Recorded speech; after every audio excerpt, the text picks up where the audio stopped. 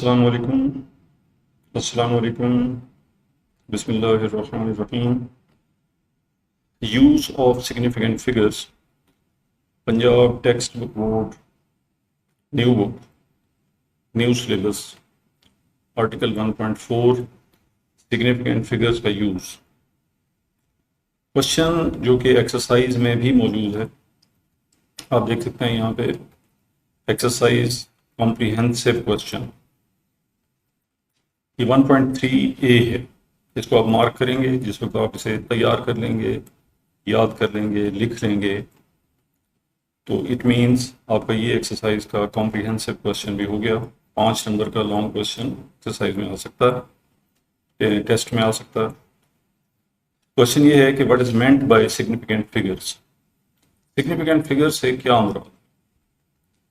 Right 2 reason for using them, इनको measurement में इस्तेमाल करने के 2 यूजेस बताएं।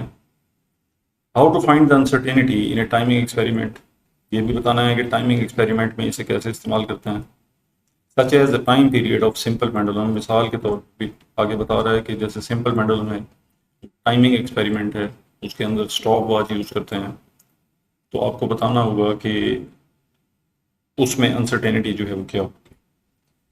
द नंबर ऑफ डिजिट, अब सवाल यहाँ से स्टार्ट होता है जवाब। Number of digits of A measurement, आप मेजरमेंट लेते हैं, पैमाइश करते हैं, लेंथ की हो, मास की हो, टाइम की हो, वोल्टेज हो, करंट हो, जो मर्जी आप मेजरमेंट किसी इंस्ट्रूमेंट से ले रहे हैं, किसी डिवाइस से ले रहे हैं, अबाउट विच, जिसके बारे में we do feel reasonably sure, जिसके बारे में हम सोचेंगे रीजन देकर कि क्या हम श्योर हैं, यकीन है हमें इस पर, तो फिर हम कहेंगे वो सिग्निफिकेंट फिगर्स हैं। इन फैक्ट, दरहकीकत, they reflect the use of actual instrument, इससे हमें यह भी पता चलता है कि आप इंस्ट्रूमेंट कौन सा इस्तेमाल कर रहे हैं मेजरमेंट के लिए। For example 0.1 centimetre, 0.01 centimetre, 0.001 centimetre. अगर मैं कहूँ आपसे कि ये 3 हमारे पास अलग अलग लीस्ट काउंट हैं, मैं यहाँ पे लिख रहा हूँ 0.1 सेंटीमीटर, उसके बाद 0.01 सेंटीमीटर, उसके बाद 0.001 सेंटीमीटर। ये 3 अलग अलग हमारे पास लीस्ट काउंट है। तो इससे हमें ये पता चलता है कि पहला जो इंस्ट्रूमेंट है ये वर्नियर, सॉरी, ये मीटर रॉड होगा,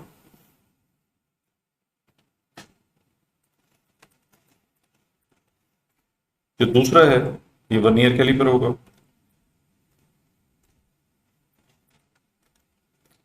जो थर्ड वन है ये स्क्रू गेज होगा।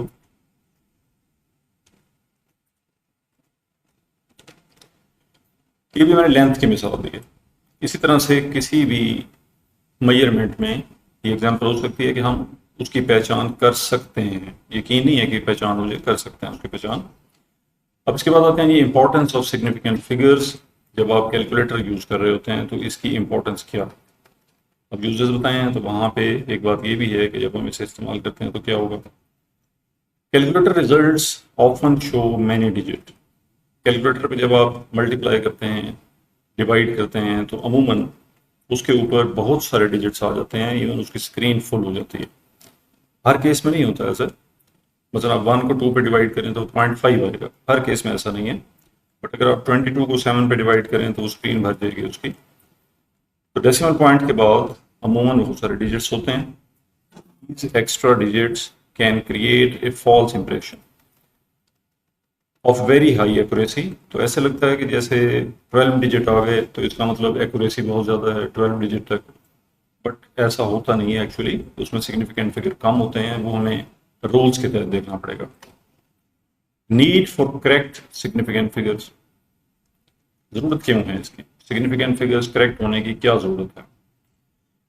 Result should be limited, result should be limited to the appropriate number of significant figures, जो रिजल्ट्स हैं उनको appropriate number of significant figures तक हमने फैलाना होता है।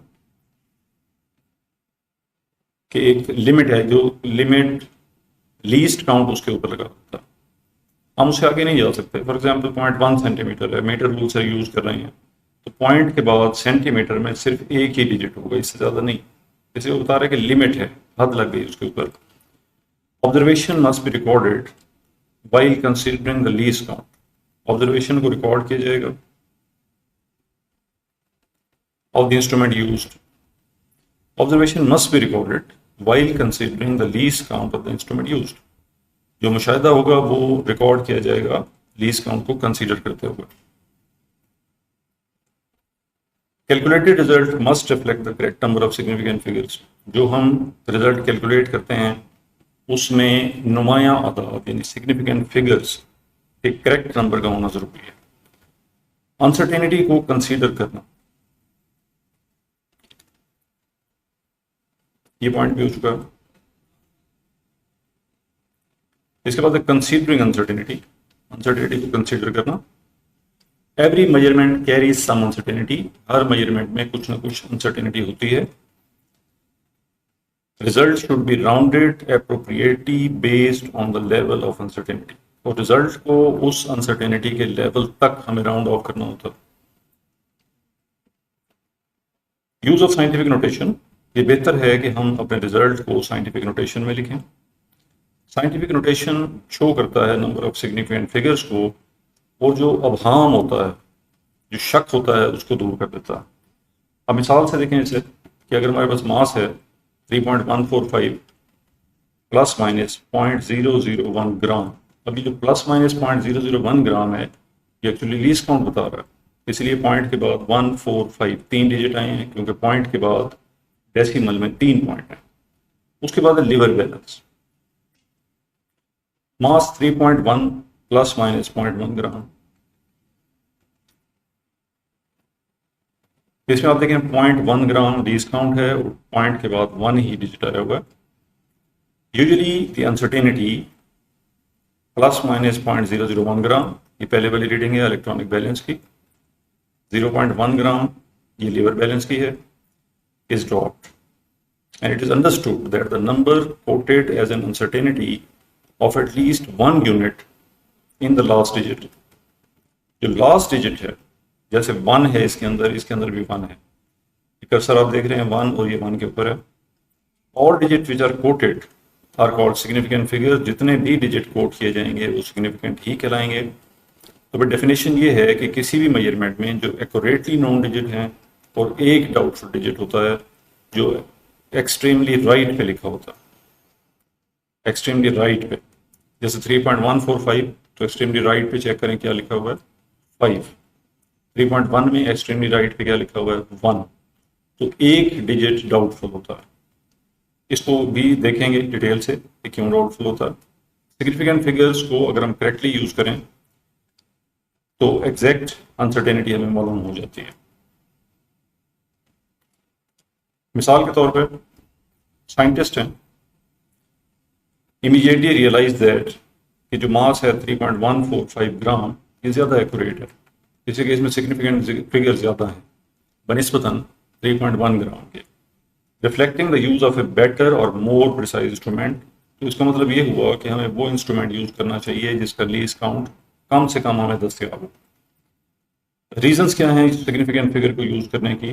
जब हम अपने मेजरिंग इंस्ट्रूमेंट की क्वालिटी या टेक्निक को इम्प्रूव करते हैं तो हमारा रिजल्ट ज़्यादा से ज़्यादा सिग्निफिकेंट फिगर्स देता है, यानी एक्यूरेटली नोन और एक डाउटफुल डिजिट, और इस तरह से हमारी जो एक्सपेरिमेंटल एक्यूरेसी है रिजल्ट की वो इम्प्रूव हो जाती है।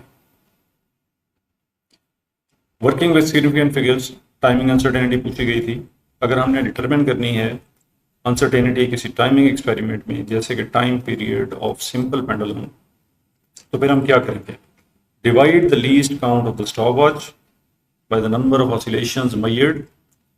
This gives you the absolute uncertainty, which can then be expressed as percentage by dividing by the measured time period.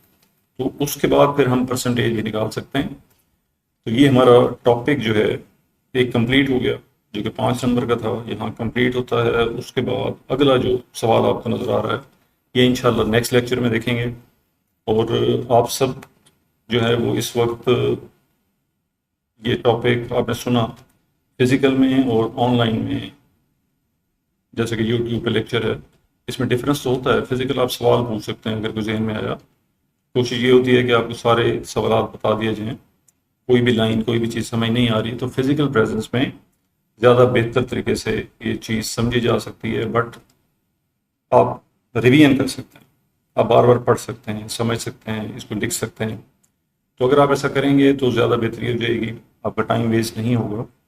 और चैनल को सब्सक्राइब करेंगे तो आप तक चैनल पहुंचेंगे। मैंने देखा लास्ट लेक्चर आपने अभी तक सीन नहीं किया, जो लेक्चर नंबर 4 था, तो जब मैं देखूंगा कि वो सीन हो गए, उसकी तादाद अच्छी खासी हो गई, फिर मैं नेक्स्ट लेक्चर लोड करता हूँ। तो इसको सब्सक्राइब लाजमन करें। अगर आप लेक्चर आपको पसंद आए, आप सुनना चाहते हैं तो सब्सक्राइब करें, और उससे ये होगा कि जैसे ही लेक्चर अपलोड होगा तो आप तक न्यू लेक्चर पहुंच जाएगा। नेक्स्ट लेक्चर तक के लिए अल्लाह हाफिज़, खैरियत से रहें, खुश रहें, अल्लाह हाफिज़।